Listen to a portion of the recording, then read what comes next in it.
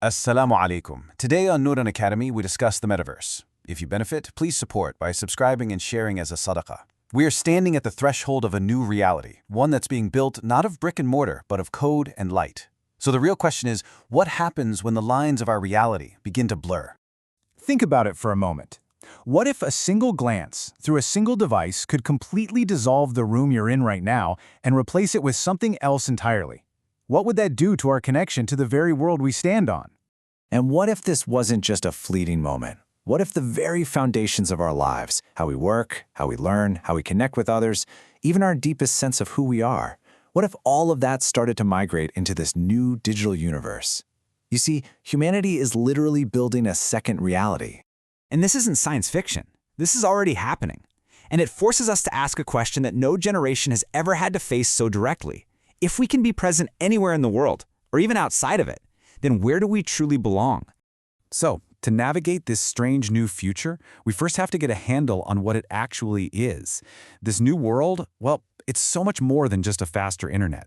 It's a fundamental change in how we're going to experience reality itself. Let's be really clear. The metaverse isn't just one thing.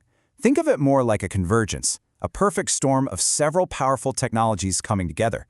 You've got virtual and augmented reality layering new worlds over our own. You've got artificial intelligence filling those worlds. And you've got brand new digital economies, giving it all real-world value. And the implications here, they are absolutely staggering. The line between being online and offline is basically dissolving. We're talking about attending school without a classroom, working together without an office, and even owning land and property that only exist as lines of code. Suddenly, reality isn't just something we experience, it's something we can design. And make no mistake about it, this future is being built with an incredible amount of resources.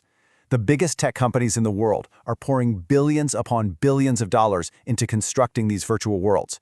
That tells you they are absolutely convinced that this is the next chapter for human interaction.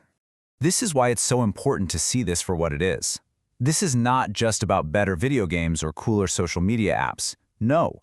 What we are witnessing is the very beginning of a civilizational shift, one that is going to redefine everything, our communities, our economies, and even our own sense of self.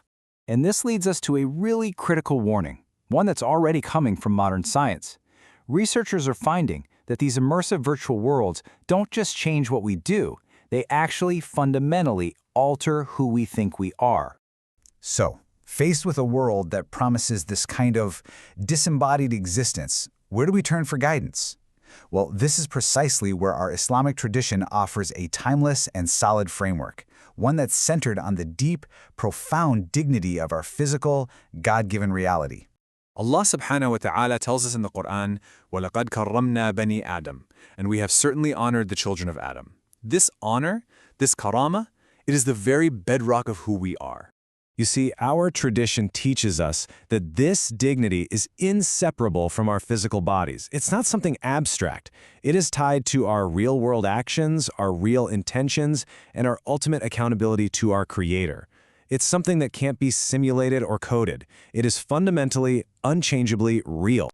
Now, once we understand this principle of embodied dignity, it places a profound responsibility on our shoulders. This isn't just about how we use new technology, but about how we shape it with a moral compass from the very beginning. You know, our predecessors in faith were incredible architects. But they didn't just build structures, they built entire environments. They designed cities to encourage learning, to protect the community, and to elevate the human soul. Why? Because they understood a crucial principle. The spaces we live in, whether they're physical or digital, directly shape our hearts. And right here, we can see the core tension.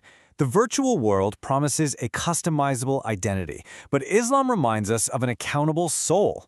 It offers simulated experiences, while our faith grounds us in real, physical responsibility.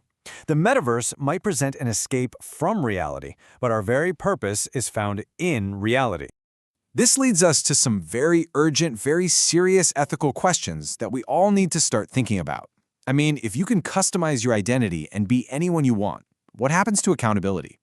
If we all just escape into perfect virtual worlds, who's going to be left to fix the problems in this one? And what happens to our most sacred bonds, to our families, to our faith, if the digital life becomes more attractive than real life? So the answer isn't to reject technology outright. Not at all. The answer is to engage with it, to guide it, to shape it. And this is a direct call to action, specifically for the builders and creators of this new world. So, to the Muslim game designer, you're not just creating entertainment, you are actually shaping the environments where an entire generation will form its ideas about the world. To the VR developer, you're not just building apps. You are constructing the very rooms, the very worlds where people will soon live, work, and interact with each other. And to the digital artists and the coders, you're not just writing lines of code or creating assets, you are defining the culture, the art, and the very feel of a new civilization. The Ummah needs you. We need digital architects whose work is built on a foundation of Iman. We need designers who see their job as protecting human dignity. And we need builders who, even as they create amazing new worlds, never forget that our real purpose is anchored right here in this one. Our ancestors used their values to shape the physical world and build entire civilizations.